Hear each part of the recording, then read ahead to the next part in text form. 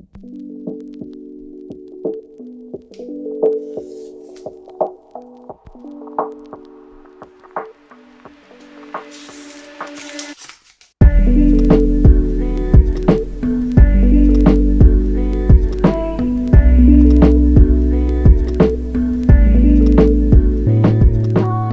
Samsung A35 is absolutely beautiful, and it's a bit shocking, but in a good way. I've kept my S24 Ultra and it's a phone I'm constantly grabbing for, but with the A35, my brain keeps getting confused because it should be 3 times worse than the S24 Ultra, but it isn't. It's actually frustratingly solid of a phone. Okay, another way to think about it is with car analogies, which I'll probably end up using quite a bit in my videos. Whether you're in the top of the line Lexus that costs over $100,000 or a Toyota Camry, the car will get you from A to B. The A35, it's a Toyota Camry and it's a great deal. Let's start with who the A35 isn't for. The A35 isn't for gamers, although based off of some other early reviews I've seen, it can do that just fine. It isn't for the tech connoisseurs either who notice that it has a USB-C 2.0, or for those who are aghast that the A35 is still on 5nm architecture. The A35 is for the sensible person, the one who leases the Toyota Camry and upgrades to the newer model after the lease is over. I mean, honestly, there's seriously nothing wrong with the A35. It just won't get you to your destination as quickly as a phone that costs twice or 3 times as much.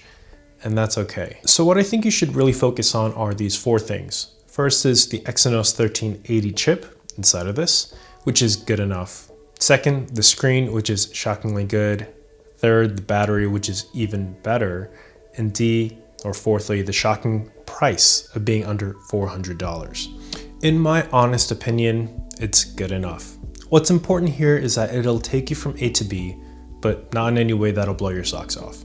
The benchmark for a lot of flagship phones is that buttery smoothness paired with the sharp feedback that you get, even with a bunch of apps open in the background. The Exynos 1380, which is in this phone, doesn't have that, as you'll find that it stutters and hesitates when you unlock your phone or when you're opening a web page or app that needs to load a bunch of data. But once you do open the app, the Exynos 1380 shines. It responds extremely well to whatever task you have on hand. For example, when you open Google Maps, it's quick and snappy and it doesn't keep you waiting. Or when you want to scroll through TikTok, it does it just fine without lagging as well.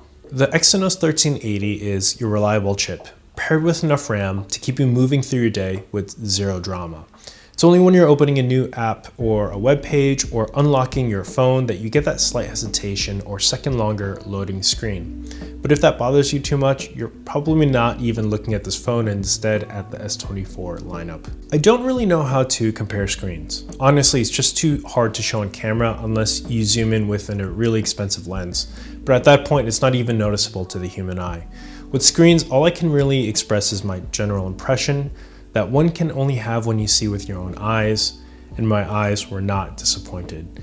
With the Xiaomi Redmi 13 Pro Plus that I reviewed, which is slightly more expensive than the A35, the screen was sharp, but something felt off. Despite the Redmi having a higher pixels per inch or PPI, it felt like you took the sharpness feature on a photo editing app and artificially bumped it up, making it look almost grainy, and same with the contrast.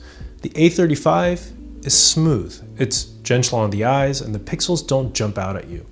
It's inviting and a welcomed experience to browse YouTube or social media on. I couldn't say that about the Redmi 13 Pro Plus. However, what does jump out at you is the chin at the bottom and slightly at the top. But hey, it's a small compromise that I'm very much willing to take over the screen quality I don't like, and I like this one.